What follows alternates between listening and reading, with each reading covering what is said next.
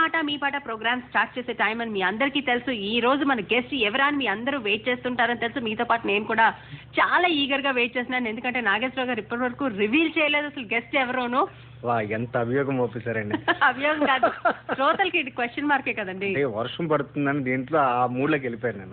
అసలు విషయం మర్చిపోయాను. ఓకే, ఎనీహౌ ఏంటంటే ఈ రోజు ఒక మన అతిథి ఎవరంటే కేశవరాజు పరీక్షిత్ సాగర్. ఈయన ఏంటంటే జూలై 16 నుండి 19వ తేదీ వరకు సింగపూర్లో జరిగిన Asia Pacific region IEEE region 10 125వ స్టూడెంట్ కాంగ్రెస్ లో రాష్ట్రం నుంచి పాల్గొన్న 2 ఇంజనీరింగ్ విద్యార్థుల్లో ఈయనొకరు. నగరానికి చెందినటువంటి పరీక్షిత్ సాగర్ అనకాపల్లిలోని దాడి ఇన్స్టిట్యూట్ ఆఫ్ ఇంజనీరింగ్ కాలేజీలో 4వ సంవత్సరం IEEE చదువుతున్నారు. ఈ వినూత్న ప్రాజెక్టులు తయారు చేస్తూ స్టూడెంట్ బ్రాంచ్ లో తన సత్తా చూపుతున్నారు. నేషనల్ యూనివర్సిటీ ఆఫ్ సింగపూర్ నిర్వహించిన స్టూడెంట్ కాంగ్రెస్ లో Parikshit Sagar team Vibrant student branch లో అవార్డులు అందుకుంది. వినూత్న ప్రాజెక్టులతో మరో అవార్డు కోసం ప్రయత్నం చేస్తున్నారు. విద్యార్థులకు స్ఫూర్తిదాయకంగా నిలిచే పరీక్షిత్ సాగర్ ఈ పూట మన అతిథి. ఓకే, మరి ఇంత విశిష్ట అతిథి గురించి మీరు చెప్పకపోతే ఎవరైనా ఏమనుకుంటారండి? అదే అంటే మరి స్టూడెంట్ కేటగిరీలో మనం ఎంతో స్ఫూర్తిదాయకంగా ఉంటుంది కాబట్టి మనం ఈ సాగర్ ని పరిచయం చేసుకుందాం. హలో నమస్కారం అండి.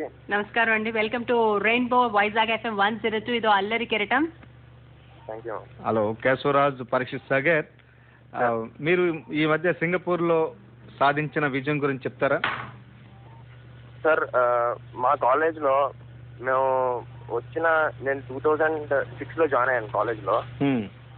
2007 లో మేము IEEE స్టూడెంట్ బ్రాంచ్ ని పెట్టాం. పెట్టిన తర్వాత నుంచి మేము మా కాలేజ్ కరెస్పాండెంట్ గారు రత్నాకర్ గారు, మా బ్రాంచ్ కౌన్సిలర్ శ్రీహరి గారు, అలాగే మా HOD Vijay Kumar sir, faculty members అందరి సపోర్ట్ తో మేము ఎన్నో రకాలైన ఈవెంట్స్ ని అవన్నీ జరుపుకుంటున్నాం అనమాట. సో అదే కాకుండా మేము వేరు కాలేజీలో జరిగే ఈవెంట్స్ కి వాటన్నిటికీ కూడా మేము వెళ్తున్నాం. సో దాంట్లో భాగంగానే ఇప్పుడు నాకు మొన్న ఈ నేషనల్ యూనివర్సిటీ ఆఫ్ సింగపూర్ లో పార్టిసిపేట్ చేసే అవకాశం దక్కిందనమాట. ఇది ఏంటంటే సార్ 125 years సెలబ్రేషన్ లో ఈ సంవత్సరం సింగపూర్ లో పెట్టారు. దానికి ఏషియా పసిఫిక్ రీజియన్ లో 400 అప్లికెంట్స్ లో 109 మెంబర్స్ ఇన్వైట్ చేశారనమాట. సో అందులో ఇండియా నుంచి 35 స్టూడెంట్ మెంబర్స్ ఇన్వైట్ చేశారు. మన హైదరాబాద్ సెక్షన్ నుంచి 2 పిలిచారు, అందులో నేను ఒకటి అనమాట. Congratulations once again. అయితే మీకు అంటే ఈ స్టూడెంట్స్ పాల్గొన్న దీంట్లోని ఎన్ని దేశాలు పాల్గొన్నాయండి ఈ కాంపిటీషన్ లో? మన ఏషియా పసిఫిక్ రీజన్ అంటే Australia, New Zealand, Singapore, China, Japan, India, Sri Lanka, Bangladesh, Pakistan, ఇవన్నీ మేజర్ కంట్రీస్ అండి ఇక్కడ ఏషియా పసిఫిక్ రీజన్ లోకి వచ్చే కంట్రీస్. అవి కాకుండా యునైటెడ్ స్టేట్స్ ఆఫ్ అమెరికా నుంచి కొన్ని స్టేట్స్ నుంచి బోస్టన్, అలాగే కాలిఫోర్నియా, ఇక్కడ నుంచి కొంతమంది స్టూడెంట్స్ కూడా వచ్చారు. సో అక్కడ నుంచి పెద్ద పెద్ద ప్రొఫెసర్స్ రావడం, వాళ్ళతో మాకు ఇంటరాక్షన్ జరగడం, అది నాకు చాలా ఇదిగా అనిపించింది. అదొక కొత్త ఎక్స్పీరియన్స్ గా నేను ఫీల్ అవుతున్నాను. సో నాకు తెలిసి ఒక స్టూడెంట్ రేంజ్ లో అది రావడం నాకు చాలా గర్వకారణంగా ఉంది. అవునండి. అయితే అక్కడ మీరు సాధించినటువంటి అవార్డు ఏంటి, దాని గురించి విపులంగా చెప్పండి. అది sir vibrant student branch award sir. మేము ఇప్పటి వరకు కాలేజ్ లో ఎన్నో రకాల ఈవెంట్స్ చేసాం. టెక్నికల్ ఈవెంట్స్ కానీ, సోషల్ ఈవెంట్స్ కానీ, స్టూడెంట్స్ ఇంటరాక్షన్స్ కానీ, ఇలాంటివన్నీ రకరకాలన్నీ చేసాం. సో అది చేయడం వల్ల మాకు అక్కడికి వెళ్ళే అవకాశం ఒకటి వచ్చింది ఫస్ట్ ఆఫ్ ఆల్. సో అక్కడికి వెళ్ళిన తర్వాత మా స్టూడెంట్ బ్రాంచ్ గురించి ప్రెజెంటేషన్ ఇమ్మన్నారు. సో వాళ్ళు ఇచ్చిన టైం కూడా చాలా తక్కువ అనమాట. ఒక 3 minutes లో వాళ్ళు మాకు స్టూడెంట్ బ్రాంచ్ గురించి ఎక్స్ప్లెయిన్ చేయమన్నారు. మా స్టూడెంట్ బ్రాంచ్ లో జరిగిన ఈవెంట్స్, మేము పబ్లిష్ చేసిన న్యూస్ లెటర్స్, మేము కాలేజ్ లో జరిగిన పెద్ద పెద్ద ఈవెంట్స్, వీటన్నిటి గురించి చెప్తే వాళ్ళు బాగా ఇంప్రెస్ అయ్యి మాకు వైబ్రెంట్ స్టూడెంట్ బ్రాంచ్ అవార్డు అని ఇచ్చారనమాట. సో అక్కడికి వచ్చిన అన్ని కంట్రీస్ నుంచి 9 వచ్చిందండి ఈ అవార్డు. మన ఇండియాలో ఢిల్లీ సెక్షన్ ఒకటి, మన హైదరాబాద్ లో మా డైట్ కాలేజ్ ఒకటి, నెక్స్ట్ ఏమో పాకిస్తాన్ వాళ్ళకి ఒకటి, బంగ్లాదేశ్ వాళ్ళకి ఒకటి వచ్చింది సార్. జరిగిన కాంగ్రెస్ లో national university of technology Warangal, NIT Warangal ఉంది కదా సార్, అవునండి, వాళ్ళకి వచ్చిందండి. అయితే చెప్పండి. మా ఇదేంటంటే మేము కొత్తగా ఎస్టాబ్లిష్ చేసాం, అది వాళ్ళతో సమానంగా రావడం మాకు ఎంతో ఇదిగా ఉంది, ఆనందంగా ఉంది అనమాట. కేశవరాజు గారు, ఈ అవార్డు సాధించింది ఎప్పుడండి? అది అక్కడ డేట్ 18th జరిగిందా ప్రెజెంటేషన్ సెరమనీ. సో అంటే వాళ్ళు అక్కడ అనౌన్స్ చేశారు. ఆగస్ట్ 8th 9th హైదరాబాద్ లో జరగబోయే ఇంకొక కాంగ్రెస్ ఉంది, అందులో మాకు ఇస్తానని చెప్పారనమాట. ఓకే అండి, అయితే ఇప్పుడు చాలా ఆనందంగా ఉందన్నమాట మీకు? చాలా ఆనందంగా ఉంది, నాకే కాదు మా కాలేజ్ లో వాళ్ళందరికీ చాలా ఇదిగా ఉంది, ఆనందంగా ఉంది. మా కరెస్పాండెంట్ గారికి వాళ్ళందరికీ కూడా గర్వకారణంగా ఉంది. ఎందుకంటే ఇక్కడ వైజాగ్ దగ్గర ఉన్న కాలేజ్ ని నేను ఇంటర్నేషనల్ స్థాయిలో నేను చూపించినందుకు నాకు చాలా ఇదిగా ఉంది. ఓకే, సంతోషం. మీ మాట మీ పాట ప్రోగ్రామ్ కదండి ఇది, మాటలు విన్నారు మా రెయిన్బో శ్రోతలు. మరి మీ కోరిక మేరకు ఏ పాట వినాలనుకుంటున్నారు మీరు?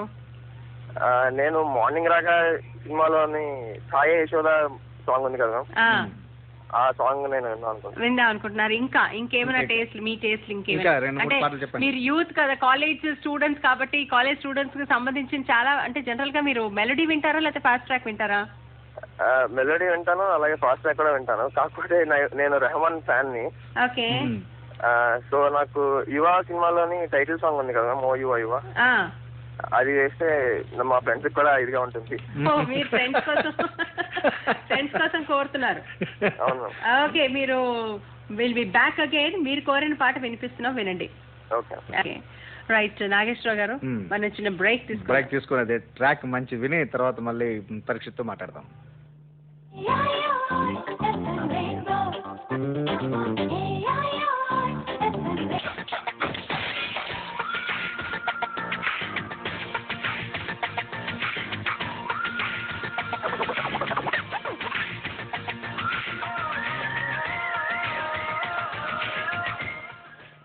Friends, welcome back to Me Mata Me Pata program only on Rainbow Vizag FM 102. ఇది ఆల్రెడీ కరెక్టం.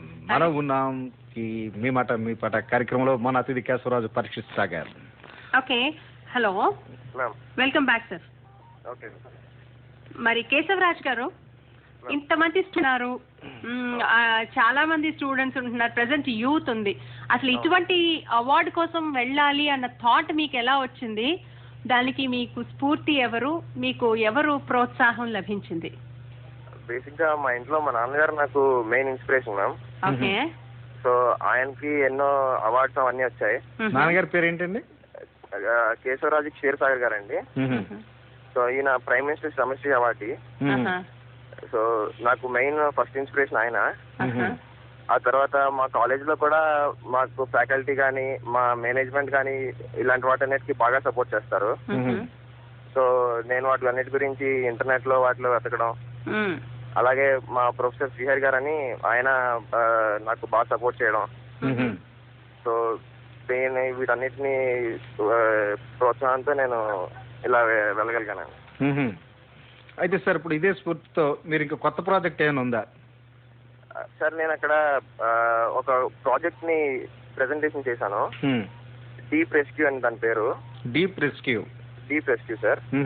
అదేంటంటే సార్, ఇప్పుడు మన చిన్నపిల్లలు అందరూ ఇక్కడ ఆడుకుంటూ ఉంటారు కదా పల్లెటూరులో, అక్కడ బోర్వెల్స్ తీసి ఒకటి ఉంచేస్తారు మ్యామ్ విలేజెస్ లో.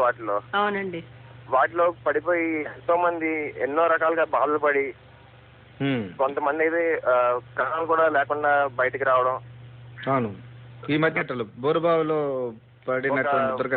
ఒక 1-2 years లో చాలా ఇలాంటివి జరిగాయి. కేశవరాజు గారు, అది కేవలం పల్లెటూరులోనే కాదండి, మన పట్టణాల్లో కూడా జరుగుతున్నాయి. అదే సో నేనేం చేశానంటే, ఈ బోరుబావిలో పడిపోయిన పిల్లల్ని బయటికి తీయడానికి ఒక రోబోటిక్ మిషనరీని డిజైన్ చేశాను అనమాట. దీనికి మెయిన్ గా నాకు మా నాన్నగారు ప్రోత్సాహం బాగా లభించింది. సో ఇది నేను అక్కడ ప్రజెంట్ చేయగలిగాను. దానికి కూడా నాకు మంచి రెస్పాన్స్ వచ్చింది. వేరే యూనివర్సిటీ ప్రొఫెసర్స్ వాళ్ళందరూ కూడా బాగా మెచ్చుకున్నారు దీన్ని. సో ఇది ఇంకా నేను ప్రాక్టికల్ గా ఇంప్లిమెంట్ చేద్దామని అనుకుంటున్నాను అన్నమాట. అంటే ఎలా తీస్తారండి ఇప్పుడు బోరుబావులు పడిపోయిన వారిని ఇప్పుడు తీయడానికి ఆ స్మాల్ హోల్? మామూలుగా అయితే ప్రెసెంట్ ఏం చేస్తున్నారంటే ఒకవైపు కన్నం బోర్బావి తీస్తే దానికి ఆపోజిట్ గా వెళ్ళి పెద్ద పెద్ద ప్రొక్లైనర్స్ నుంచి ఎర్త్ మూవర్స్ నుంచి తీసుకొచ్చి వాటితో ఇదంతా తవ్వి వాటి నుంచి తీసుకొస్తున్నారు అన్నమాట. దీనికి మినిమం ఒక 10 గంటలు 24 గంటలు, కొంతమంది 72 గంటలు కూడా లోపల ఉన్న వాళ్ళు కూడా ఉన్నారు. ఆ లోపల ఉన్నప్పుడు వాళ్ళ మానసిక స్థితి అవి చాలా ఇదిగా ఉంటుందండి, మనం ఊహించడానికే చాలా భయంకరంగా ఉంటుంది. ఒకటి వాళ్ళు ఎంతో చాలా చిన్నపిల్లలండి, పడిపోయిన వాళ్ళందరూ ఒక 3 years 4 years 5 years age group లో వాళ్ళు.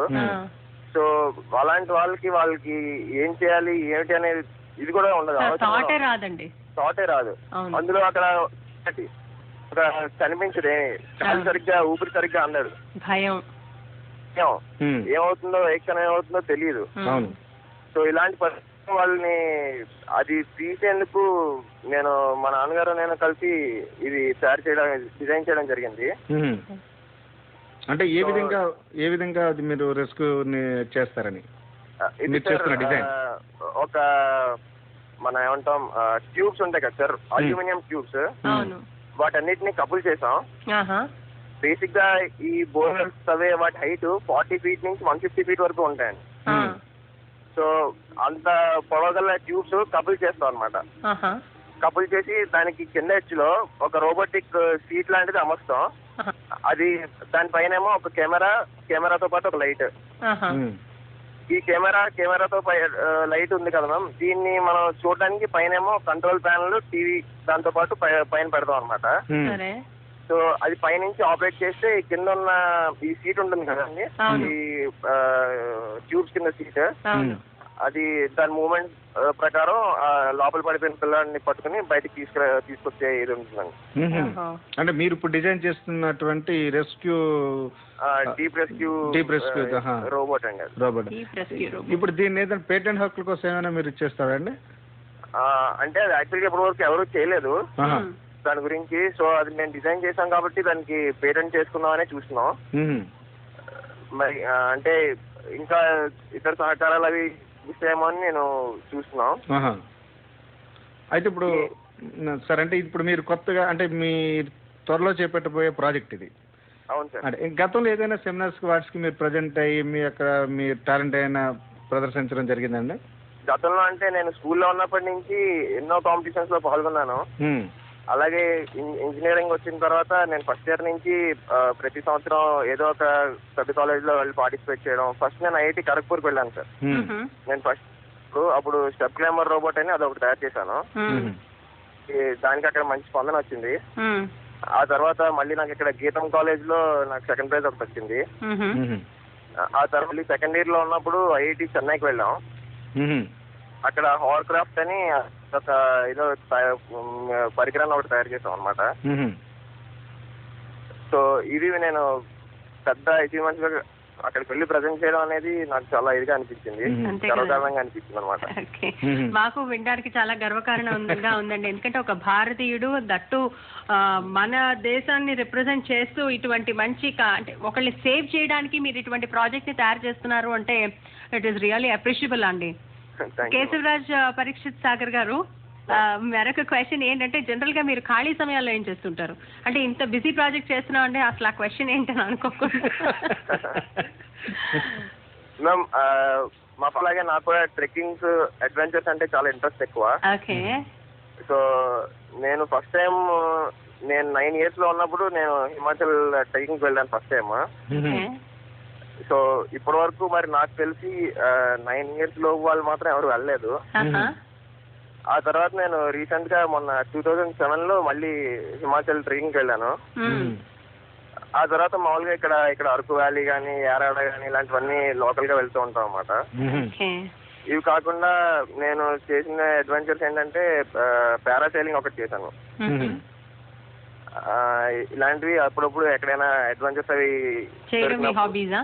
అవును. ఓకే. సో కేశవరాజ్ పరీక్షిత్ సాగర్ ఏది చేసినా కూడా ఇట్స్ అన్ అడ్వెంచర్, అంతేనా? 9 years ఏజ్ లో మీరు అసలు ట్రెక్కింగ్ చేయడం అన్నది మీకు ఇప్పటి వరకు ఎప్పుడు వినలేదన్నారు. సో న్యాచురల్లీ అది ఒక అడ్వెంచర్ అయి ఉండాలి కదా? అవును. సో మీరు ఈ ఫీల్డ్ లోని ఎవరైనా ప్రోత్సహించడం అన్నది జరుగుతూ ఉంటుందా, లేదా కేవలం ఇది మీ వరకు మాత్రమేనా? ప్రోత్సాహం అంటే లైక్ నేను మా ఫ్రెండ్స్ వాళ్ళందరితో కూడా కొన్ని వెళ్ళిన సందర్భాలు ఉన్నాయి. వాళ్ళ నుంచి కూడా నాకు మంచి ప్రోత్సాహం లభిస్తుంది. అంటే నేను అడుగుతున్నది ట్రెక్కింగ్ వాటిలోనే కాకుండా మీరు ఒక కొత్త ప్రాజెక్ట్ ఒకటి స్టార్ట్ చేశారు. సో కొంతమందికి ఆ జీల్ ఉంటుంది, అవును, బట్ వాళ్ళకి మోటివేషన్ అన్నది వాళ్ళకి రాదు. వాళ్ళు ఎవరు మోటివేట్ చేసే వాళ్ళు ఎవరు ఉండరు. అటువంటి వాళ్ళు మీరు ఎప్పుడైనా గుర్తించి ప్రోత్సహించడం జరుగుతుంటుందా? మా క్లాస్ లో ఉన్నారు మ్యామ్ కొంతమంది స్టూడెంట్స్. వాళ్ళు నేను ఎప్పుడు వాళ్ళతో వెళ్ళి డిస్కస్ చేయడం వీటన్నిటి గురించి. సో వాళ్ళు నా టీమ్ లో జాయిన్ అవ్వడం, మేము కలిసి చేయడం ఇలాంటివన్నీ జరిగాయి. సో మా కాలేజ్ కాకుండా నేను బయట కాలేజ్ స్టూడెంట్స్ లో కూడా నేను చేశాను. అయితే ఇప్పుడు మనకు వస్తున్న SMS ద్వారా ఒక ప్రశ్న వచ్చిందండి పరీక్షిత్ సాగర్. ఇప్పుడు మీకు ఇంత ఖాళీ సమయాల్లో మేడం గారు అడిగారు ఖాళీ సమయాల్లో ఏం చేస్తుంటారని. అసలు మనకు వస్తున్న SMS క్వశ్చన్ అంటే మీరు అసలు సినిమాలు చూస్తుంటారా అని. చూస్తాను సార్. సినిమాలు చూస్తారన్నమాట మీరు. ఈ క్వశ్చన్ అడుగుతున్నది రామా టాకీస్ నుంచి ప్రసాద్ గారండి. చూస్తాను మ్యామ్. ఫ్రెండ్స్ తో వాళ్ళతో ఎక్కువ వెళ్తాం. మరి కాలేజ్ లైఫ్ బంక్ కొట్టి మాత్రం వెళ్ళే సందర్భాలు లేవు. ఇప్పుడు మరి మీకు ఫ్రెండ్స్ ఉన్నారండి? ఉన్నారు సార్, చాలా మంది ఫ్రెండ్స్, బోల్డ్ మంది ఫ్రెండ్స్ ఉన్నారు సార్. అంటే ఇప్పుడు మీకు అటు ట్రెక్కింగ్ సైడ్ ఉన్న ఫ్రెండ్స్, అదే విధంగా ఇప్పుడు మీరు చేస్తున్న ప్రాజెక్ట్ లో ఇన్వాల్వ్ అయ్యే ఫ్రెండ్స్ ఇలా ఉంటుంటారు కదా. అవును సార్. అంటే ఏ కేటగిరీలో ఎక్కువ ఉన్నారు మీకు? నాకు టెక్నికల్ దాంట్లోనే ఎక్కువ మంది ఫ్రెండ్స్ ఉన్నారు సార్. ఇలా కాన్ఫరెన్స్ కి వాటికి వెళ్ళడం వల్ల ఇంటర్నేషనల్ ఫ్రెండ్స్ కూడా చాలా మంది నాకు దొరికారు. సో ఇక్కడ ఆస్ట్రేలియాలో ఫ్రెండ్స్ కానీ, ఇక్కడ టర్కీలో కానీ, ఇలా చాలా కంట్రీస్ నుంచి ఫ్రెండ్స్ నాకు కలిశారు. విధంగా మన వైజాగ్ లో ఉన్న చాలా ఇంజనీరింగ్ కాలేజ్ లో నాకు ఎంతో మంది ఫ్రెండ్స్ ఉన్నారు. అలాగే మా కాలేజ్ లో కూడా అలాగా చాలా మంది ఉన్నారు. రైట్ కేశవరాజ్ గారు, ఒక చిన్న బ్రేక్ తీసుకున్నాక will be back to you again. ఈ లోపల మరి మీ పాట ఏమిటో చెప్తే మా శ్రోతలు వింటారు. మీ టేస్ట్ హ్యాపీ డేస్ నుంచి ఒక మంచి పాట వేయండి. తప్పకుండానండి, వింటుండండి. Stay tuned. Okay friends, will be back again with in a short time. ఇంత షాపింగ్ కాస్త నా ఆదాయాన్ని కూడా దృష్టిలో ఉంచుకో. మీరు చెమటోడ్చి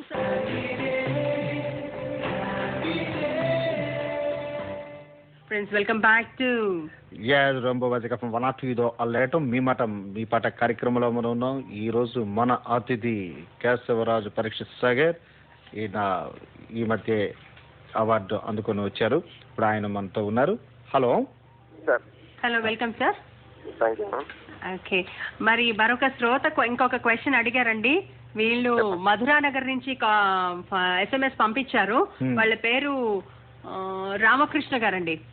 ఓకే, ఆయన క్వశ్చన్ ఆయన అడుగుతున్నారు, మీ ఇద్దరు చదువు ప్రాజెక్టులతో పాటు ఇతర అభిరుచులు ఏమైనా ఉన్నాయా? ఇతర అభిరుచులు అంటే నాకు మ్యూజిక్ అంటే చాలా ఇష్టం అండి. నేను తరచుగా చెప్పాను కదా ఇందాక, AR రెహమాన్ గారు అంటే నాకు చాలా అభిమానం అని. ఆయన ఎక్కువ ఉంటాను. అలాగే K. విశ్వనాథ్ గారి సినిమాలు అవి ఎక్కువగా చూస్తూ ఉంటాను అన్నమాట. నాకు కొంచెం కల్చర్, ట్రెడిషన్ అంటే వాటి మీద ఆసక్తి బాగా ఎక్కువ. సో ఎక్కువ నేను వాటికి ఎక్కువ ఇది కేటాయిస్తూ ఉంటాను. Very good. మీ మాటలకి ఇన్స్పైర్ అయ్యి మా శ్రోతలు విపరీతంగా క్వశ్చన్లు పంపించేస్తున్నారండి. రామ్నగర్ నుంచి ఇంకొక శ్రోత కోరుతున్న అంటే ఆన్సర్ ఏంటంటే, వారి క్వశ్చన్ మీ జీవిత లక్ష్యం ఏమిటి అని. నేను మాస్టర్స్ ఒక ఫారెన్ యూనివర్సిటీలో మాస్టర్స్ డిగ్రీ చేయాలనుకుంటున్నాను మ్యామ్. ఆ తర్వాత ఎలక్ట్రికల్ ఇంజనీర్ గా నేను మంచి పేరు తెచ్చుకోవాలనుకుంటున్నాను. అలాగే నేను నా అంబిషన్ ఏంటంటే, నాకు తెలిసిన నాలెడ్జ్ ని నేను అందరికి పంచడం నాకు చాలా ఇది. దాంట్లోనే నేను ఎక్కువ మా ఫ్రెండ్స్ కి వాళ్ళందరికీ అదే చెప్తూ ఉంటాను. ఎప్పుడైనా మనకి తెలిసిన విషయం ఏమైనా ఉంటే అది మనం దాచుకోవడం కన్నా నలుగురికి చెప్పడం వల్ల మనకి ఇంకా నాలెడ్జ్ అది ఇంప్రూవ్ అవుతుంది. అదే విధంగా వేరే వాళ్ళకి చెప్పడం వల్ల ఏంటంటే వాళ్ళు తిరిగి మళ్ళీ మనకి సలహాలు అది ఇవ్వడం. సో దానివల్ల నాలెడ్జ్ షేరింగ్ అనేది ఎక్కువ అవుతుంది. అది కాకుండా మొత్తం అందరికీ మనం నాలెడ్జ్ ని ఇచ్చినట్టు ఇది కూడా అవుతుంది అనమాట. అదే సార్, షేరింగ్ ఎప్పుడు కూడా ఉపయోగపడుతుందండి. అవును మ్యామ్. అయితే మరొక శ్రోత SMS పంపించారండి, శ్రీనగర్ నుండి లలిత గారు. అంటారు ఇన్ని ప్రాజెక్టులు ఇటువంటి ఉన్నారు కదా, మరి ఇటువంటిప్పుడు ఒత్తిడిని ఏ విధంగా తట్టుకుంటారు మీరు? బాగా స్ట్రెస్ లోనైతే నాకు అన్ని టైం ప్రకారం ఉంటాయి. ఈ టైంలో ఇదనే చేస్తూ ఉంటాం. ఫ్రెండ్స్ వాళ్ళందరితో చేసినప్పుడు ఒత్తిడి అనేది అసలు అనిపించదు. ఎందుకంటే దాంట్లో సరదా ఉంటుంది, ఆనందం ఉంటుంది. అదే కాకుండా చాలా ఎంజాయ్మెంట్ బాగా ఎక్కువగా ఉంటుంది. సో ఒత్తిడి అనేది మాత్రం నేను ఎప్పుడు ఫీల్ అవను. ఎందుకంటే చేసే ప్రతి పనిలో నేను ఆనందిస్తూ ఉంటాను, ఎంజాయ్ చేస్తూ ఉంటాను. ఒకవేళ ఈ రోజు బాగా ఎక్కువగా కష్టపడ్డానంటే నెక్స్ట్ డే ఏదో ఫ్రెండ్స్ తో కలిసి బయటకు వెళ్ళడం, ఒక బీచ్ రోడ్కి వెళ్ళడం అలాగా చేస్తూ ఉంటాను అనమాట. సో నేను ఎప్పుడు పర్సనల్ గా ఇలా ఒత్తిడికి గురవుతున్నాను అని మాత్రం నేను ఎప్పుడు ఫీల్ అవ్వలేదు. Very good. ఒకవేళ ఒత్తిడికి గురైనట్టయితే అలా షైర్. ఇప్పుడు మీరు మీ యొక్క ఈ యాక్టివిటీస్ లో, మీ విజయంలో మీ తల్లిదండ్రులు, మీ అమ్మగారు మీ నాన్నగారు తాలూకు ప్రోత్సాహం ఏ విధంగా ఉంటుంది? వాళ్ళే సార్ నాకు మెయిన్ ఇన్స్పిరేషన్ అంతా. మెయిన్ మా ఫాదర్ మదర్ క్షీర్ సాగర్ గారు, రమ్య సాగర్ గారు మెయిన్ వాళ్ళే. ఇంట్లో వాళ్ళు సపోర్ట్ చేయడం, నేను లేకపోతే విదేశాలకి వాటన్నిటికీ వెళ్ళడం అనేది చిన్న మాట కాదు. సో నా సపోర్ట్ చాలా ఎంతో ఎక్కువగా ఉంది. అలాగే మా ఇంట్లో నేను అనుకుంటున్నా ఏంటంటే మా చిన్న చెల్లి ఉంది, తను 7th క్లాస్ చదువుతుంది. సో తను నేను బాగా ఎంజాయ్ చేస్తూ ఆడుకుంటూ అది ఉంటాం. నాకన్నా మా ఫ్రెండ్స్ కి తను బాగా ఫ్రెండ్ అనమాట. ఓకే, మరి సాగర్ గారు, మరి ఇన్ని కార్యక్రమాలు వగైరా అన్ని చేస్తూ మీ యొక్క మంచి సింగపూర్ వెళ్ళి అక్కడ ఉన్నటువంటి వారితో పాటు మీ యొక్క